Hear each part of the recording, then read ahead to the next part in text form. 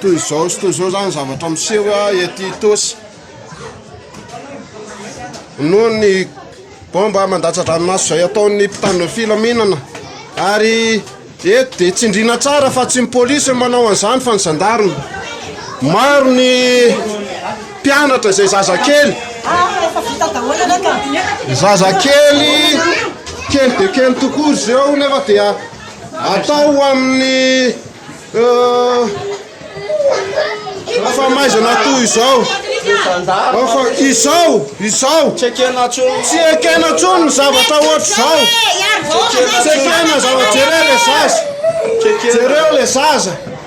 tena melohany aiza ny mpiaro ny zon'olombelona am'izao miantso ny mpiaro ny zon'olombelona izay tsy irotony amin'ny zazakely toy izao safotra ny zaza zay hitatsika izao tsy mianatra re zazakely izao mahazo ny zazakely zazakely nampiarina ny zavatra toy izao kely mianatra adefasanareo bomba lacrymogène ty amin'ny fianarany zareo nge le zazakely fa zareo kely zao za ve dia marary le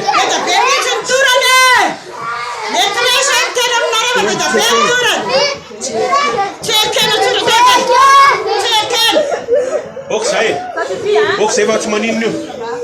ravatra amin'ny fianarana noho ny afitsiko ny zandary aza mitrato fa mbola ato tena mbola feno be ato aza mitrato fa mbola feno be ato zao gendarme mahatonga an'io fa tsy ny pôlisy mbola verika ihany gendarme ny nanao an'ity zavatra ity fa tsy pôlisy fo zay androany fa zay tsy maintsy mbola mandresy